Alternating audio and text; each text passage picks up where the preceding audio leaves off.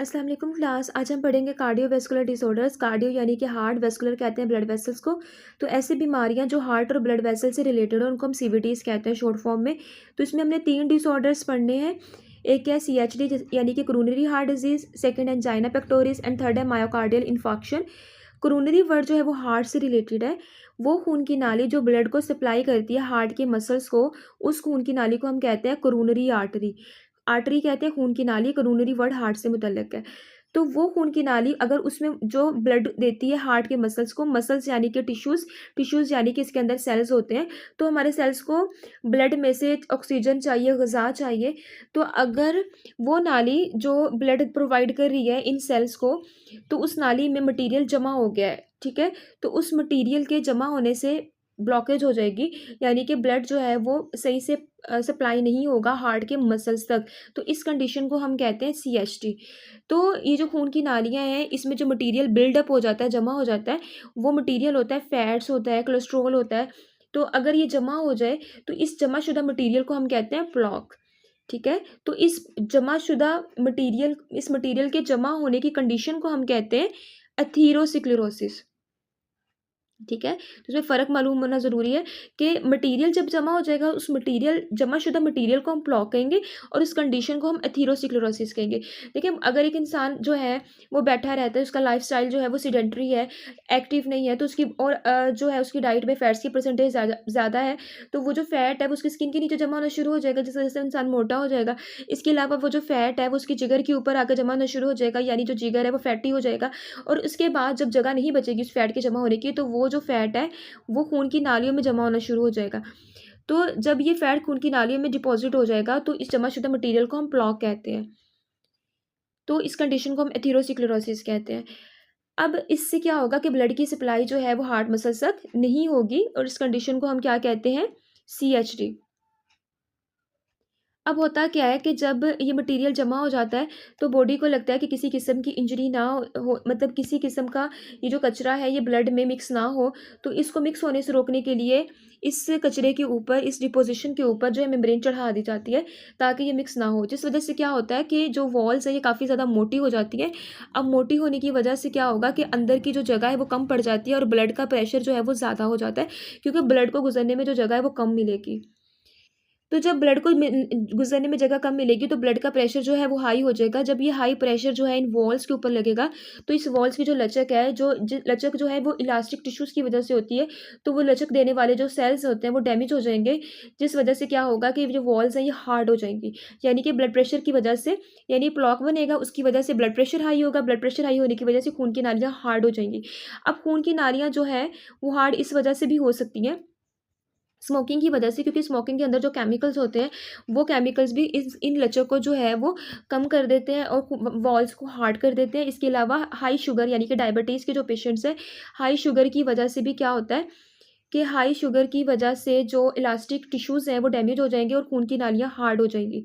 ठीक है? तो इन तमाम कॉजेज़ की वजह से क्या होगा, इन तमाम कॉजेज़ की वजह से जो वॉल्स हैं, आर्टरीज़ की जो वॉल्स हैं, ये मोटी भी हो जाएँगी और हार्ड भी हो जाएगी और इस कंडीशन को हम आर्टरियोस्क्लेरोसिस कहते हैं।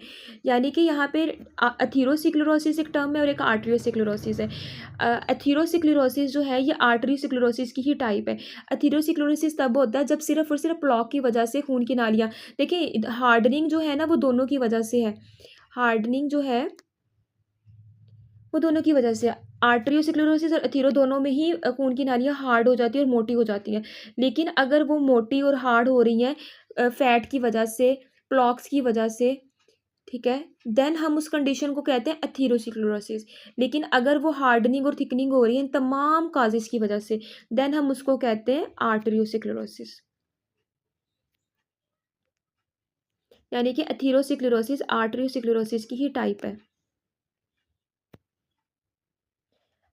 अब जब ब्लड प्रेशर हाई होता है ना, तो बाज़-औक़ात प्रेशर हाई होने की वजह से ये मेम्ब्रेन जो है ये फट जाती है। तो क्या होता है कि बॉडी का एक मैकेनिज़्म होता है कि जहाँ कहीं पे भी इंजरी होती है ना, तो उस ज़ख्म को ठीक करने के लिए वहाँ पे ब्लड क्लॉट हो जाता है, जम जाता है ब्लड, ठीक है? तो क्या होता है कि जब ये मेम्ब्रेन फटती है तो बॉडी को लगता है यहाँ पे कोई इंजरी हुई है ब्लड वेसल्स में, तो इस इंजरी को ठीक करने के लिए क्या होता है कि यहाँ पर आके ब्लड जो है वो क्लॉट होना शुरू हो जाएगा। तो मज़ीद जो है जो नाली अंदर से तंग हो जाएगी। आर्टरीज़ की वॉल जो है वो मज़ीद जो है अंदर से मोटी हो जाएँगी।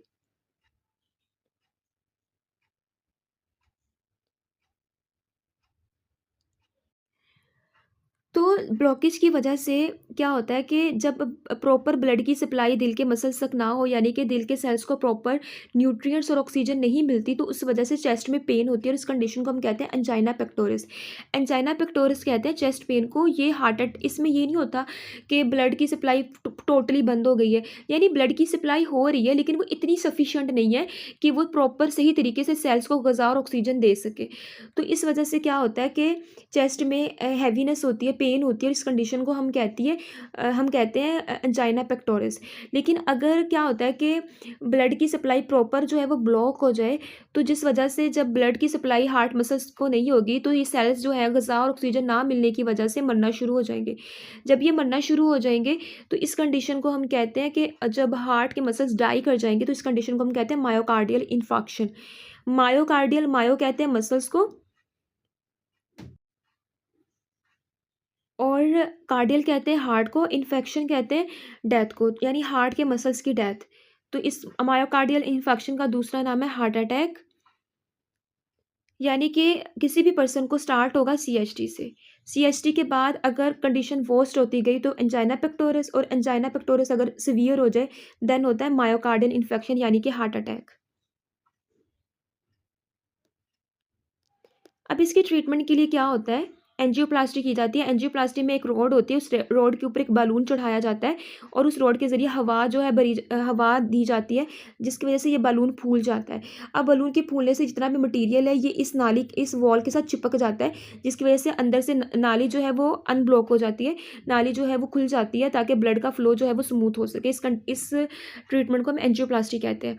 लेकिन होता क्या है कि बाज़ूकात स्टंट्स डाले जाते हैं। उसमें ये होता है कि ये जो बलून है ना, इस बलून के ऊपर आप ग्रीन कलर का देख सकते हैं, ये जो ग्रीन ग्रीन कलर में मार्क किया हुआ है, तो ये एक जाली सी होती है मेटल की, तो ये चढ़ाई जाती है, इसको हम स्टंट्स कहते हैं। ये स्टंट्स जो है ये अंदर जाके इन वॉल्स के साथ लग जाते हैं, जिसकी वजह से क्या होता है कि ये नाली दोबारा ब्लॉक नहीं होती, बल्कि इसी तरह से खुली रहती है। इसी तरह से इसका जो रास्ता है वो ब्लॉक नहीं होता, इसी तरह से ये अनब्लॉक रहती है ड्यू टू स्टंट्स। ठीक है, तो ये स्टंट्स जो हैं इन वॉल्स के साथ आकर लग जाएंगे ताकि दोबारा नाली जो है ये मोटी और ब्लॉक ना हो। तो इस प्रोसेस को हम स्टंटिंग भी कहते हैं। रीडिंग की तरफ चलते हैं। कार्डियोवैस्कुलर डिसऑर्डर की डेफिनेशन यहाँ तक है। इसके बाद कोरोनरी हार्ट डिजीज़ की डेफिनेशन यहाँ तक है। आर्टरीस्क्लेरोसिस ये डेफिनेशन है। अथीरोस्क्लेरोसिस में ये है। ठीक है, प्लॉक की डेफिनेशन आपने यहाँ से करनी है। The buildup of fats, cholesterol and other substances inside the arteries is called plaque. इस डेफिनेशन को आपने होमवर्क पे लिख भी लेना है।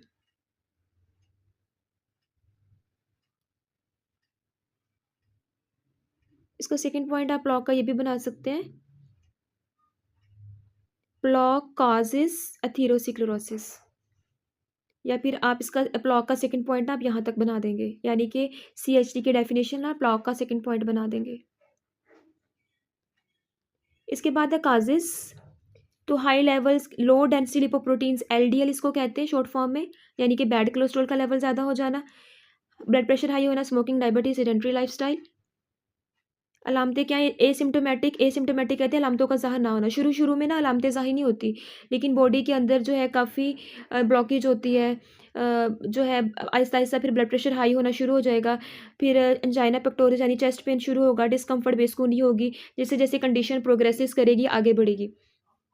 WHO के मुताबिक, वर्ल्ड हेल्थ ऑर्गेनाइजेशन के मुताबिक, जो कार्डियोवैस्कुलर डिसऑर्डर्स होते हैं ये रिस्पॉन्सिबल है तकरीबन 32% तमाम जो है वो ग्लोबल दुनिया में जो डेथ्स होती हैं वो इस वजह से होती है। पाकिस्तान में सीवीडीज़ जो है वो हिस्सा लेती है, तकरीबन 29% जो है फर्टिलिटीज़ यानी अमवात की जो वजह है वो सीवीडीज़ हैं।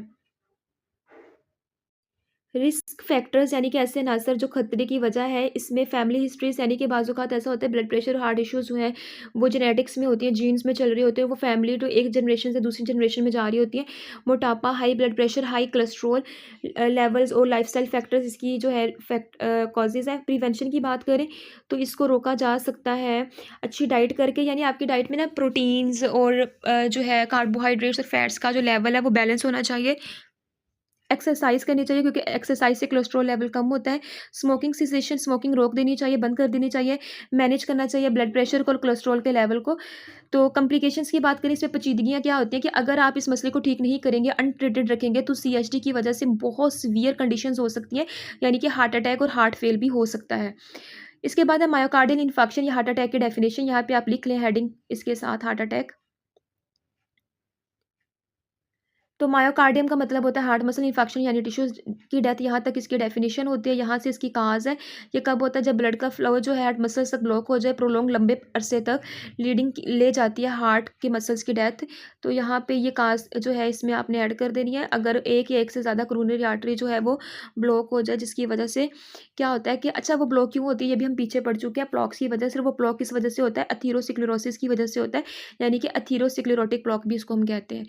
ठीक है। अच्छा, दुनिया में जो है 29 सितंबर को हर साल जो है वो हार्ट डे मनाया जाता है, और इसका मकसद ये होता है कि ऑब्जेक्टिव यानी मकसद क्या होता है, अवेयरनेस, लोगों में आगाही आए कार्डियोवैस्कुलर डिसऑर्डर्स के बारे में, इसके खतरात के बारे में, ताकि वो अपनी हेल्थ को लेके कॉन्शियस हो और अपनी डाइट का ख्याल रखें। अलामतों की बात करें, चेस्ट पेन होती है, खिंचाव होता है, प्रेशर फील होता है। ज़ाहिर बात है जब भी खून की नाली, जब ब्लड जो है वो फ्लो सही से नहीं करेगा तो वो एक जकड़न सा, एक घुटन का एहसास होगा। सांस लेने में दुश्वारी इस वजह से होगी क्योंकि जब ब्लड के अंदर ही तो ऑक्सीजन है, जब सेल्स को प्रॉपर ऑक्सीजन नहीं मिलेगी तो हमारे सेल्स ऑक्सीजन की कमी की वजह से हमारे लंग्स जो है वो ज़्यादा तेज़ी से ऑक्सीजन अंदर लेके आएंगे, यानी कि सांस में दुश्वारी होगी। अब जिस वजह से क्या होगा, जो है बॉडी में रिएक्शन जब तेज़ी से होंगे तो हीट भी प्रोड्यूस होगी, और इस हीट को बैलेंस करने के लिए बॉडी जो है पसीना लेके आएगा, ताकि वो जो हीट है वो उस वजह से बॉडी का टेम्परेचर हाई ना हो। इसके अलावा पेन जो होती है वो आर्म तक, नेक तक और जबड़ों तक भी पेन जो है वो फैल सकती है। इलाज की बात करें तो इसमें जो है ऐसी दवाइयाँ दी जाएँगी जो हल कर दें अंदर से क्लॉट्स को, जमे हुए खून को, एंजियोप्लास्टी ताकि बंद हुई नालियों को जो है वो खोल दिया जाए। इसके अलावा स्टंट्स डाले जाएँगे ताकि आर्टरी जो है वो ओपन रहे।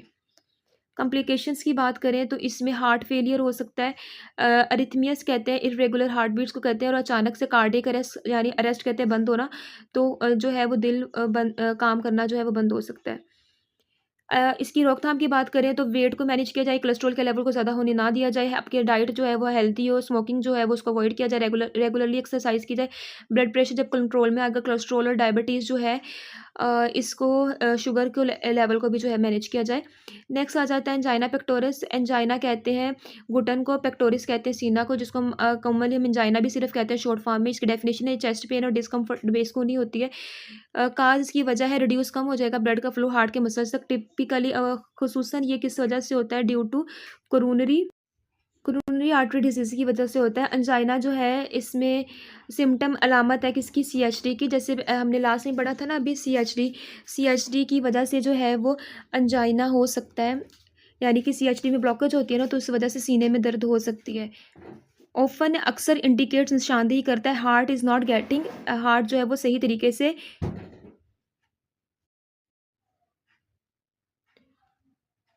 तो सीएचडी में हमने पढ़ा था ना कि नाली जो है ब्लॉक हो जाती है, जिसकी वजह से ब्लड सप्लाई नहीं होती और ऑक्सीजन जो है वो प्रॉपर तरीके से नहीं मिलती, जिस वजह से फिर एंजाइना होता है। सिम्पटम्स की बात करें तो सिम्पटम्स में इसमें चेस्ट पेन होती है, डिस्कम्फर्ट बेसकूनी होता है, चेस्ट में प्रेशर, स्क्वीजिंग, दबाव, हैवीनेस होती है, पेन फैल सकता है, शोल्डर्स, नेक और आर्म्स तक फैल सकता है। लाइफस्टाइल चेंज किया जाए, मेडिकेशंस ली जाएँ, प्रॉपर प्रोसीजर्स तरीके जैसे कि एंजियोप्लास्टी और स्टंट प्लेसमेंट, प्लेसमेंट कहते हैं लगाना, और स्टंट्स को लगाना, ठीक है। और कॉम्प्लिकेशंस पेचीदगी की बात करें तो अगर इसको अनट्रीटेड छोड़ दिया जाएगा, इसका ठीक इलाज नहीं किया जाएगा, तो क्या होगा, इसकी वजह से मायोकार्डियल इन्फेक्शन यानी कि हार्ट डेथ हो सकती है, इंक्रीज़ बढ़ सकते हैं खतरे ऑफ हार्ट फेलियर। अच्छा, यहाँ से डेफिनेशन है साइलेंट हार्ट अटैक की, ठीक है। इसका सेकंड पॉइंट यहाँ से लेकर यहाँ तक है। साइलेंट हार्ट अटैक हम कहते हैं, अच्छा ये तब होता है जब पेन ना हो, किसी किस्म की पेन ना हो और अचानक से हार्ट अटैक हो जाए। पेन क्यों नहीं होती, क्योंकि वो नर्व्स जो पेन का सिग्नल देती है, वो नर्व्स डैमेज हो जाए, वो न्यूरॉन्स डैमेज हो जाए, और वो कब होती है, जब किसी इंसान की एज ज़्यादा हो, या सेकंड अगर किसी को शुगर ज़्यादा हो। शुगर की वजह से क्या होता है, with the passage of time sugar की वजह से जो नालियाँ हैं वो एक तो नालियाँ हार्ड हो जाती हैं, डैमेज हो जाती हैं, इसके अलावा नर्व्स जो है ना, जो मैसेज देती हैं पेन का, वो भी डैमेज हो जाती है। जिस वजह से उस इंसान को उसके अंदर मसला होता है, लेकिन उसको पेन नहीं होती, ठीक है? अब पेन ना होने की वजह से उसको साइलेंट हार्ट अटैक होता है। ये अमूमन 2 लोगों में होता है, जिनको जो है या तो जो ज़्यादा एज के लोग होते हैं, या वो पेशेंट जिनमें डायबिटीज़ के होते हैं जो, ठीक है? तो यहाँ तक इसकी डेफिनिशन है, और ये इसका सेकंड पॉइंट है।